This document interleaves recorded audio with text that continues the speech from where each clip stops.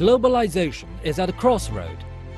It's true that economic globalization has created new problems, but this is no justification to write it off completely. We should adapt to and guide economic globalization.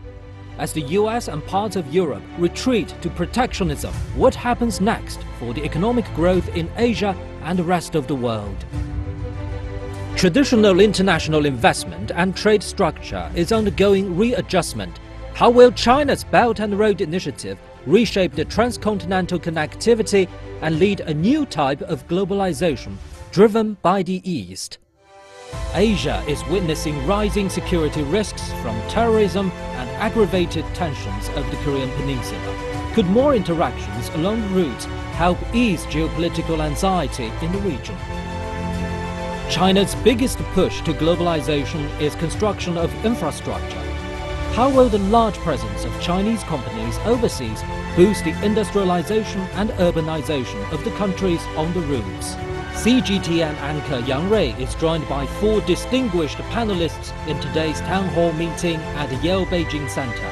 They are Mr. Fu Chengyu, former chairman of Sinopec, Asia's biggest oil refiner; Madame Agi Varis, country director of the United Nations Development Programme in China; Bertrand Delanoue, vice president of the European Union Chamber of Commerce in China; Chen Hong, founder and CEO of China's investment giant, the Hina Group.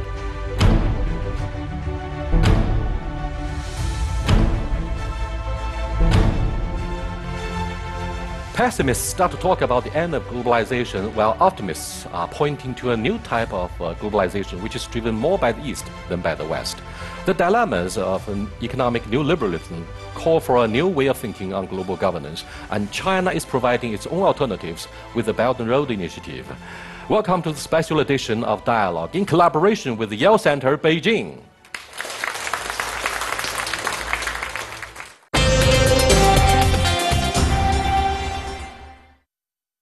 Welcome to our special edition of Dialogue here to coincide with the summit meeting of OBO. Question number 1 is, as the United States and parts of Europe retreat to the idea of protectionism, is there a fear that globalization has outlived its utility? We start from the other end of the spectrum. I think for globalization, if you look at the latest French election, clear indication that globalization is not dead. It's not because Donald Trump had this view of that inward. I think globalization is here to stay. Well, I think globalization is actually quite a complex concept. So it's a general statement to say globalization is here to stay or not. I think we need to look a little bit beyond that. There is discontent around the world with globalization, as we see through the political manifestations and the elections. But I think what's very clear is this is a very integrated and interconnected world. We're living in a world where you cannot be fully isolationist. It's just simply not possible. So then what's the alternative? If globalization as it is today is not necessarily the way to go, there must be some alternative for global and regional cooperation.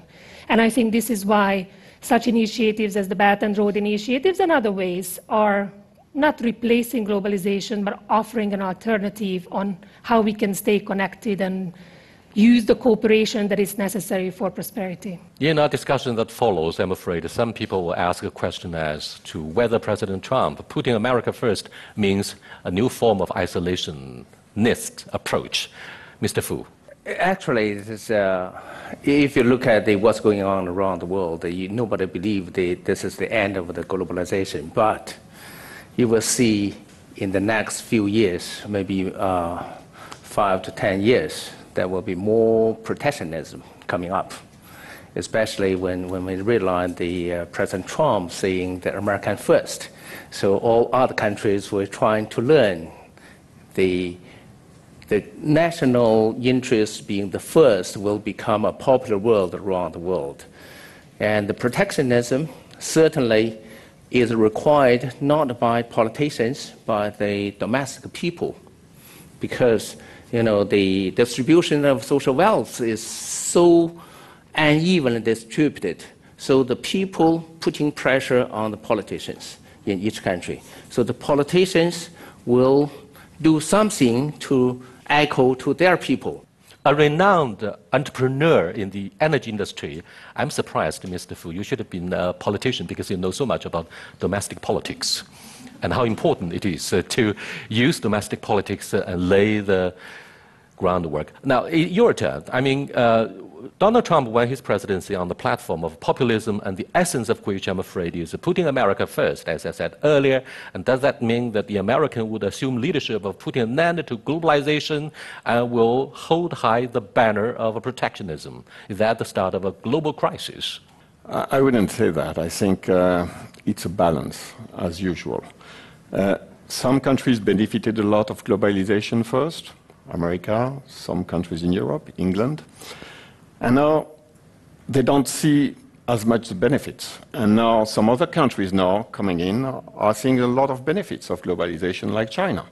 So there's a balance, and I think it will come back at one point of time. Do you believe China's initiative about the China's blueprint of about the road initiative will serve to replace the old version of globalization, since we are facing so many problems which may culminate in a retreat to protectionism? Our understanding of China's initiative, the Belt and Road, is kind of inclusive. It's really creating a platform where a lot of participants along the Silk Road in Europe and Asia, etc., even including maybe other part of the world, you can participate freely. We have heard enough about the general principles on the Belt and Road Initiative, but what are the key words in the vocabulary of the Chinese leadership about the blueprint of a Belt and Road Initiative? What are the critical... What happens? Let's find a way.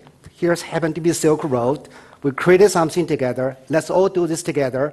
Let's participate, regardless of who you are. I think that's my understanding of the basic meaning of You mean China encourage free riding? Even U.S. can come in. Jumping on the wagon freely instead of accusing a certain country of enjoying the free riding, like what President Obama did about China. I would believe that China will love the United States to be part of the AIIB.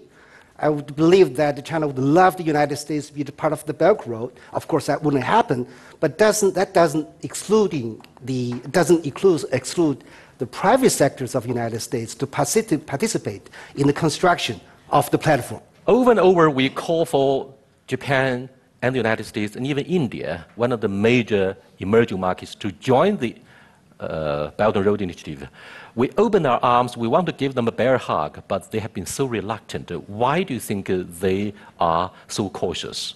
I think they probably want to know a bit more and to ensure that it's as open as it's pretending to be, and that it's a real inclusive system. We go back to the political theory between realism and liberalism, and that's the question mark today, even if you look at what lots of American scholars are writing about it. It's really the question whether is it an open and inclusive move, and there is still a question mark on that, or is it a more aggressive or offensive realism from China? In the second presidential debate for Obama to win the presidency, to win the second term of the presidency, he said, unless and until China is following up the rules, you will be our adversary. That points to the critical issue of whether China will come up with its own set of rules, and that means the construction of a new economic order. Do you believe there is a conspiracy theory, a haunting specter about what China wants to do? I don't believe this, but I believe there's full of misunderstandings. From a Chinese point of view, when we have a different thinking way of thinking on global issues, on domestic issues, when we translate this out, signal was distorted. This is one thing. Communication is not fully conveyed. And second, there's ideological issues, conflicts. And when people outside China, especially the politicians in the US, when they're thinking about whatever the initiative China proposed, they were first thinking about what China wants to do. And they naturally thinking China wants to replace the US as a global leader, which was wrong. This is not China's initiative, initially the intention to do this. China really, with the economic growth, they want to have a more influencing power on the after worked we call governance system, not just replacing all the governance system. We want to make an improvement. But why are we always criticized for a lack of transparency on the decision making? Because we declare over and over that we don't want to assume the leadership. We want to be inclusive. We pursue prosperity. But few in the West are ready to accept what we say, and they are very skeptical. Well, I think we're missing a key point here because everybody's talking about inclusiveness and China taking over from the US. But I think the point is the old world order was about the North and South, the developed and developing countries. So our global governance systems and our global trade agreements and so forth are kind of reflecting this power structure. So the world is changing. So it's not just about China taking the lead, but it's about other countries and other developing countries playing a completely different role. So that's why I think I agree with the fact that it's about inclusiveness, but I think what's more important, that this is, as you said, not just an open invitation, but basically putting forward a framework where the rules are not set. It's not a set of countries from the north saying these are the rules of engagement, leave it or take it, but it's about to say this is a vision, a framework. How can we make this happen that actually creates shared prosperity and growth for everybody? That's how I would look see at it. this perspective. China tried very hard to list RMB as one of the major reserve currencies in the basket of the special drawing rights of IMF. Given the fact that IMF has become kind of flawed with the end of the Second World War, many decades away, and China, along with other major developing countries, certainly want to win recognition for the dynamics of our economy, but look at the reluctance of some of the lawmakers in the DC, and their strong reluctance to join the AIIB. All these factors point to the simple fact that many in the West are still waiting to try to figure out what China really wants, what China actually stands for. They are pretty slow in accepting China as a major member in the G7 or whatever, but G20, of course, has replaced the G7 in the wake of the financial crisis back in the year 2008.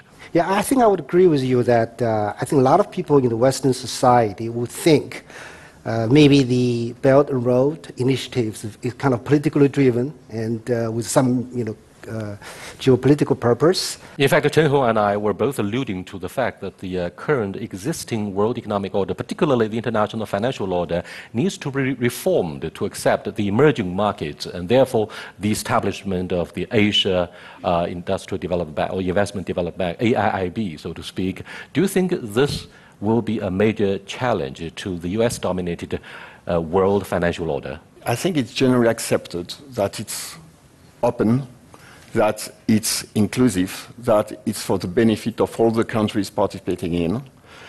But that's coming from the dialogue and from the speech from the main leaders in China so far. It has not yet been proven on the ground. And I think a lot of things will change the day when, on the ground, project by project, it is seen as being inclusive and not only to the benefit of China. And only then you will have the full support of all the people involved. Let me come back to the facts and figures. Dominic Barton, managing director of McKinsey, said success in establishing this platform of Belt and Road Initiative could result in a contribution of 80% of global GDP growth by 2050, and we're able to lift 3 billion people out of poverty. And that's a lot. That is a lot. So let me come back to examine what you call the fragile transatlantic relationship. Let them be. Let the United States go. With the retreat from APP or whatever, is that because he refused to shake hands with Angela Merkel? Is that because he accused NATO of not sharing the defense of the NATO military spending? I mean, we see some kind of discrepancies in the traditional bond that connects the two sides of the Atlantic Ocean. And also the rise of populism and protectionism in the election year in Europe mean at the same time that you will get closer to China, the second biggest economy, instead of turning to the US market. Donald Trump was elected on a certain program. He has now to face reality. He has to meet people, discuss, and make his own mind. And it may take a little bit of time. I think the rest of the world should not wait and do nothing, and just wait for Donald Trump to make up his mind. And I think the initiative from President Xi on Obor is a great one in terms of inclusiveness, in terms of developing the link, in terms of, and I don't know the numbers you mentioned, if they're true or not. If it's coming from the head of McKinsey, I'm sure he put a lot of resources and they're correct. But yes, if it's successful, it will bring out of poverty a lot of people. It will raise a lot of GDP in those countries. Once again, the success will depend on inclusiveness. Today we have a framework, which is quite different from the Marshall Plan after the Second World War, which was very well defined. And here you have broad principles, you have funds available, you have the fact that it's not only a state-to-state issues, it will involve a lot of people in the society, companies, private companies, public companies, but also scholars and universities. All that has to take shapes, and all that has to be inclusive. And the real question is whether it's going to be directed by Chinese government and Chinese authority all the way along. And if it's not the case, it may not be that successful. But if the decision power is transferred to private companies, to civil societies, all along the chain, and in the different countries, then it will be a great success. So for me, the key is implementation. The design is there, and by nature, it has not been designed in details, which is good. Thank you so much. Because it lets off lots of flexibility. Thank you so much. President Xi Jinping said in his policy speech in Davos this winter that China would definitely safeguard principles of free trade and globalization. However, when you do polls inside China, public opinions are quite divided as to whether we are ready to assume the world leadership, although we are somehow viewed as being pushed to the forefront of assuming a kind of economic world leadership. Now, having said this, my question for Mr. Fu and Chen and the rest of you is whether China is ready domestically. We are in the new normal, meaning overcapacity. We want to do whatever we can to reduce the overcapacity instead of turning to the stimulus package. We want to deleverage whatever. So President Xi Jinping hosted a national conference on how to prevent systematic financial risks recently. It showcases Chinese concerns about the fact that threats would first of all come from within. On other occasions, for example, on political trails, Western politicians were looking for enemies in what we call the self-fulfilling prophecy, to divert attention from domestic woes to external threats so that populism would gain more momentum. Let's talk about China. Are we ready? I don't think that even China is thinking itself is ready to lead a globalization of relationships, everything else, taking the leadership role. I think what happened, however, China is now, it is the second largest economy. It is ready at least to embrace the part of the globalization, to participate to the development on a global basis rather than in China only. And we already passed the stage of getting ourselves feed and satisfied. Now we can do something. Actually, the Belt and Road strategy is a very clear example where we build a platform that is beyond China, is really along a line of many, many countries.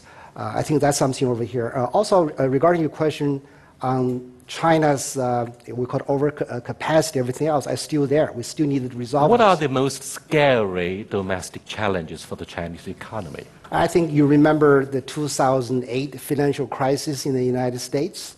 I think clearly that's what China's looking at right now. I think really look at the financial systems very systematically and to really make sure that we don't get into a situation as in the United States, the misuse of capital and the financial crisis, those type of things. I think that's one thing we needed to. And we haven't opened up the capital account yet. We prevent free convertibility of the RMB, although RMB has become a major reserve currency, trailing behind the US dollar, euro, even British pounds. Yeah, the China has already been. But what are the other major problems, Mr. Fu?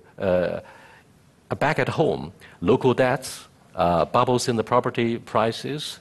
What else? Corruption, low morale of the government officials against the backdrop of a high-handed crackdown on corruption. What are the problems that we are facing? If you look at 40 years from now, we are keeping a lot of problems every time. And similar as today. And we have a lot of headaches.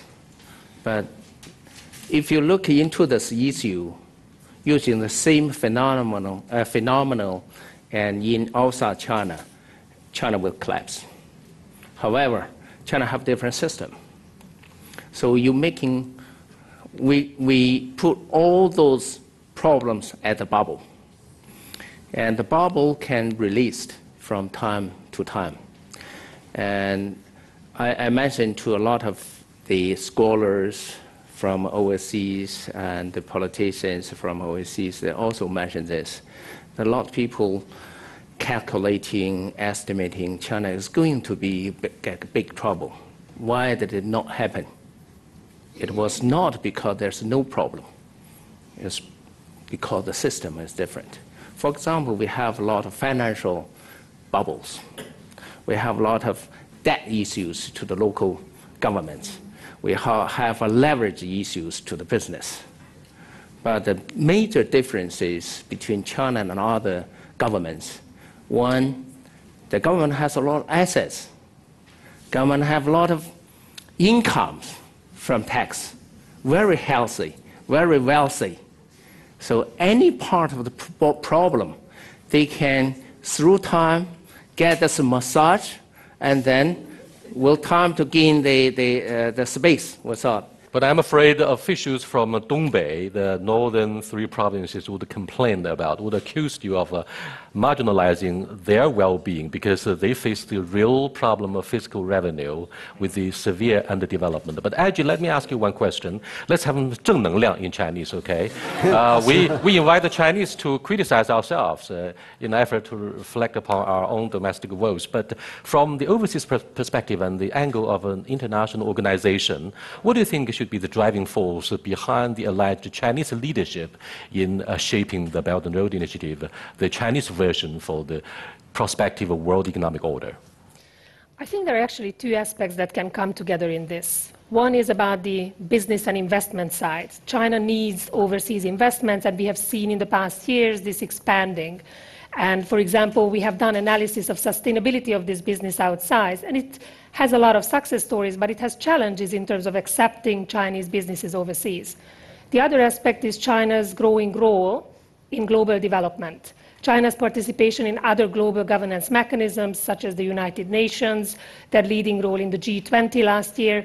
So clearly China expressed interest in participating in multilateralism that's focusing on development, human development, and not just business. So if you put these two together, I think the Belt and Road Initiative is a perfect opportunity to leverage the investment needs and bring by the development, the soft power, as they say, the development benefits for these countries. Mr. Fu, I believe you must have engineered a lot of the Chinese investment going global, complying with the local laws. Is that a major issue that we have to take into consideration employment of the locals so that no resentment is generated by the opposition party in a local democracy? Many of the target countries and markets are what we call democracies, and the bipartisan political pattern means, when the opposition comes back politically, they would question the deal with China, and that would be a lot of business costs.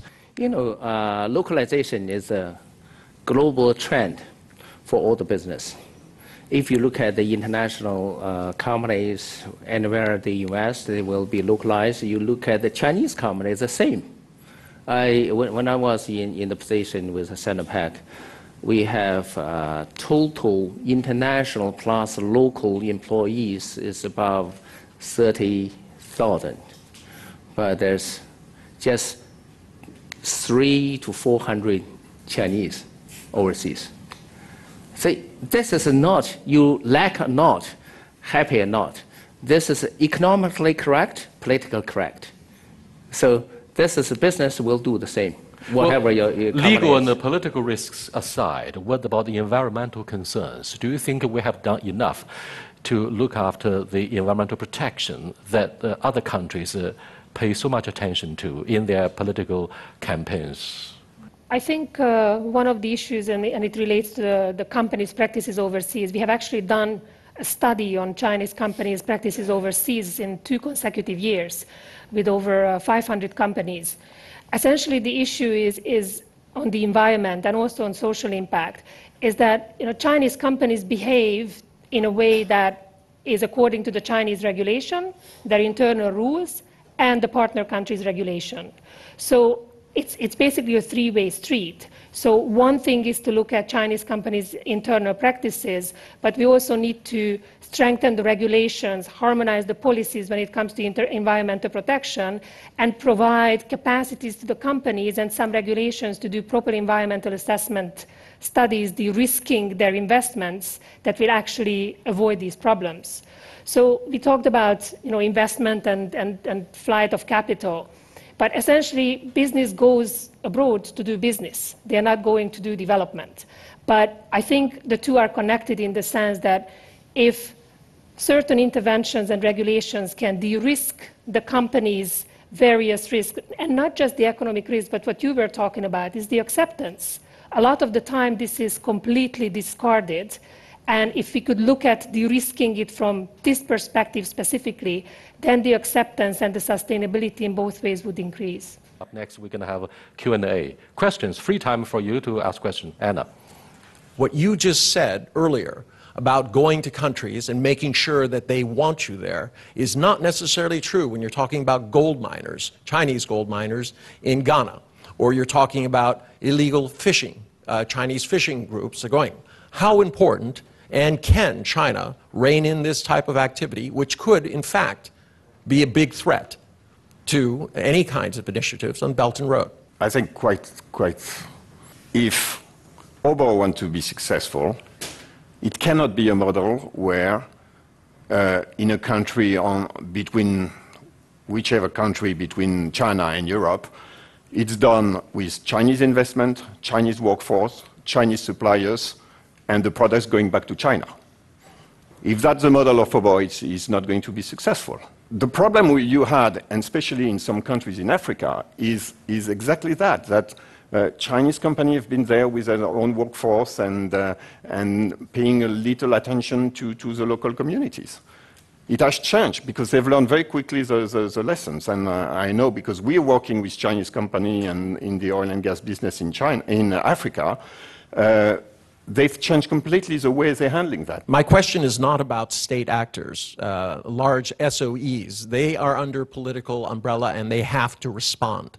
My issue is about private Chinese companies who are not there, but are seen as representatives of their country.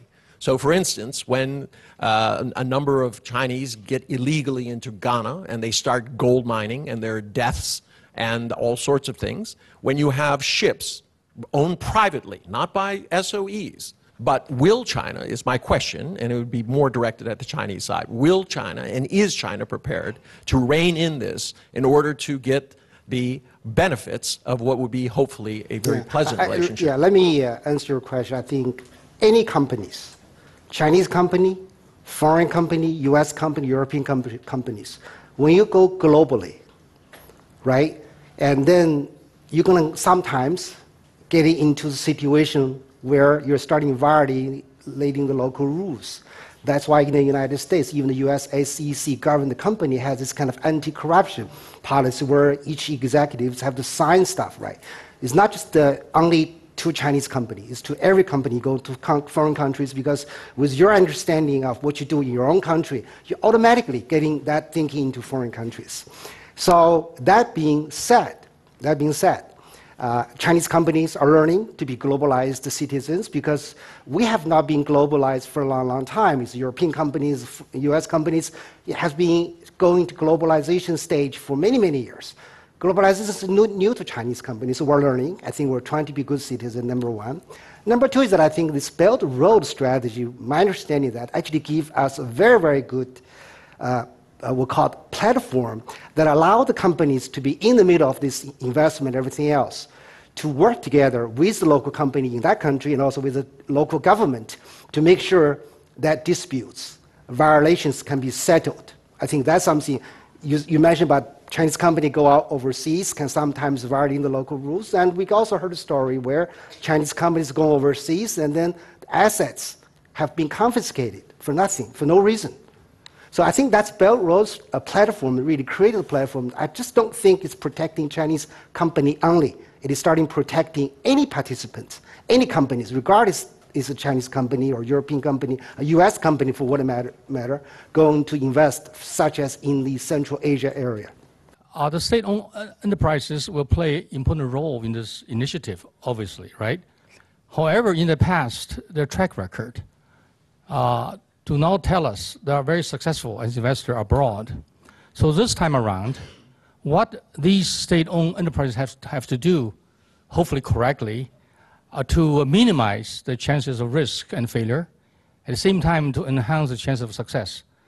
At the same time, what role the Chinese government can play to make that happen? First of all, the SOE investment overseas in the past, the record, good or bad, was there's one thing was clear. And a lot of people, including domestic people, don't understand the decision-making processes in SOE. You know, myself has a lot of investment overseas. And one of the major splash one was in 2005, I tried to buy Unico in US oil company, which involved $14 billion. At that time, 2005, everybody surprised. I just let you know, SOE decision-making processes is only based on the board. We don't have any government officials sitting in our board. So, right or wrong, this is your business decision. But we do need government approval only when we need foreign currency to carry out to the other country. We need to apply $14 billion and convert from RMB to US dollars. This is the processes that we need to get government approvals. But we keep government informed, not approval. So this is one thing that is above the business decision-making processes. It's not related with the government tell you to do something. No. And if there's a wrong decision, this is your problem. There's a right decision, your investors will be happier about you. So this is one thing. I just make it clear about this. Second, why there's a lot of not very good investment overseas. One, that most of the Chinese companies, they don't have really experiences overseas in overseas market, especially investment in developing countries. If you invest in US, Australia, Canada, European countries, I think lots processes for either value evaluation or the legal, physical regimes is clear, transparent. There's not a big problem. But for the developing countries, like Belt and Road, a lot of such countries, that what does it mean to the developing countries? That means easy to change on legal system, physical system, and even their operating system in the governance sector. So this making the young Chinese companies going overseas not really realize the risks in the future. Yes, go ahead. More than 3 decades ago, Deng Xiaoping coined the phrase that capitalism with Chinese characteristic. And then, through a course of more than 30 years, hundreds of millions of people were left out of poverty here in China, and a lot of other countries around the world benefited from that. My question is it safe that we call Belt and Road globalization with Chinese characteristic? And if you agree with that, what are those characteristics in your opinions? I think that's good, a very good description. I think it's something where we Chinese inventing by themselves because, you know, the way we call it capitalism with social characteristics, right, has never happened in any other places, but has been proven very, very successful in the last, 30 years. And the same saying that how do you actually create a systematic way of making sure all the countries, specifically one in the middle, not European side or China side, one in the middle, those poor countries, and they can grow. I think that's where maybe the Chinese experiences. Well, may I paraphrase your question this way? Globalization with Chinese characteristics is another way of describing putting China first in the process of the Belt and Road Initiative. Well, not necessarily. Yes. Helen. Belt and Road Initiative has been proposed for almost 3 years, and many agree or argue that after the summit, it will be brought into next phase. And for China, the globalization will take under the Belt and Road Initiative. It's more like, just as the other gentleman proposed, more of Chinese SOEs going abroad, taking big infrastructure, building works. How SOEs, Mr. Fu, in your opinion, to bring more SMEs, small and medium enterprises, to have them participate into China going global? This is one part of the question. And the other question, the other part of this question is to argue that how social powers, including NGOs, to be more involved in this process, not only from China, but also from the other part of the world. Thanks. Let me echo to this gentleman's question. I do not agree with what say this is a Belt and Road Initiative with Chinese characteristics, which is totally wrong. Totally 100% wrong. That's very confrontational. Let me tell you what. President Xi Jinping clearly make this statement saying, this is not Chinese solo. This is international chorus, which means China will not dominate the leadership. This is, they call China want to build a common community of shared future. It's not China itself. It's everybody involved. And this is one thing. Second, based on with this, and this is related with your question, who will execute the projects? Not just Chinese company, not just SOEs, not just SMEs. That's an international participation. Business sector need to participate from all the world. This is the part that China need to make big change in the next step. Currently, only the government officials, the government with the international organizations, they are working together, scholars, research centers.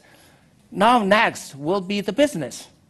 Business, not just Chinese, not SOEs, everybody. What I meant, Chinese characteristic to globalization is not necessarily a bad thing, and it doesn't mean that China is first, It means that it's different from different approaches coming from countries like United States, they all have globalization policies, but China is focusing on, certain other countries, and not necessarily coming with political change. Because what part of globalization problem was that it always coming with promoting democracy American way, which a lot of countries alongside the Belt and Road, they were resistant to that. They want to keep their model, political system, but they want the Chinese economic development, which worked very well, right? One-party system, and it just, improved very well. So I guess those characteristics, I still didn't get my answer to the second part, what are those characteristics? But those characteristics are not necessarily a bad thing, I guess. I think China should be very, very cautious about this,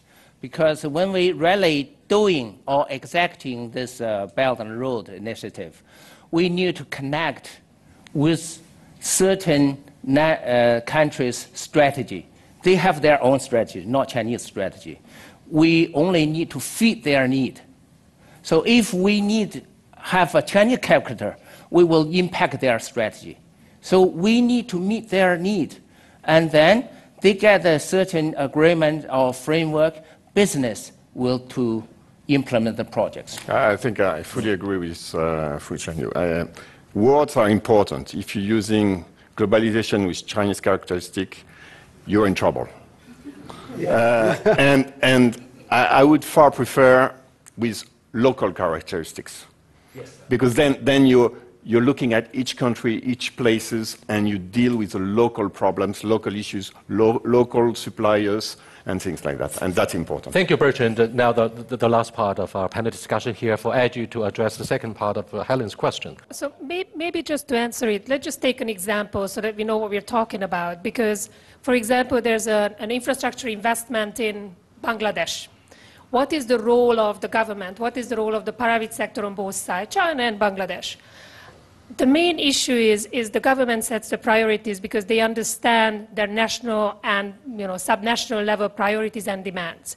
But when the particular investment takes place, that's very important that, as you said, not just that the local communities are involved, not just that environmental sustainability is regarded, but does this country have the right regulations to do that? Is that the right policies to attract this investment for it to be successful? And then secondly, when we take to the second step, for it to be sustainable, that's where the role of NGOs, local communities, international organizations like UNDP comes in to ensure that it generates jobs, it improves livelihoods, it's actually going to be part of the community, part of the local economy in a way where people's life is improving, where they have better access to services. These are byproducts from the perspective of a company maybe, but if you look at the big picture, these are the elements that actually make it long-term sustainable and profitable. So I think that's where we need to look at partnerships just beyond private sector investments or SOE investments. Thank you so much, ladies and gentlemen, for this dynamic exchange of views about Belt and Road Initiative. Whether globalization and the world order are undergoing fundamental changes remains to be seen. But one thing is sure, more and more emerging markets are going to have a bigger say in the ambitious blueprint of a Belt and Road Initiative. China's appeal for co-prosperity and inclusiveness will certainly get featured more prominently in the extensive media coverage with the Obo Summit around the corner. Thank you so much for being with us. That brings us to the conclusion of this brainstorming. And this dialogue special is done in collaboration with the Yale Center Beijing. Thank you so much.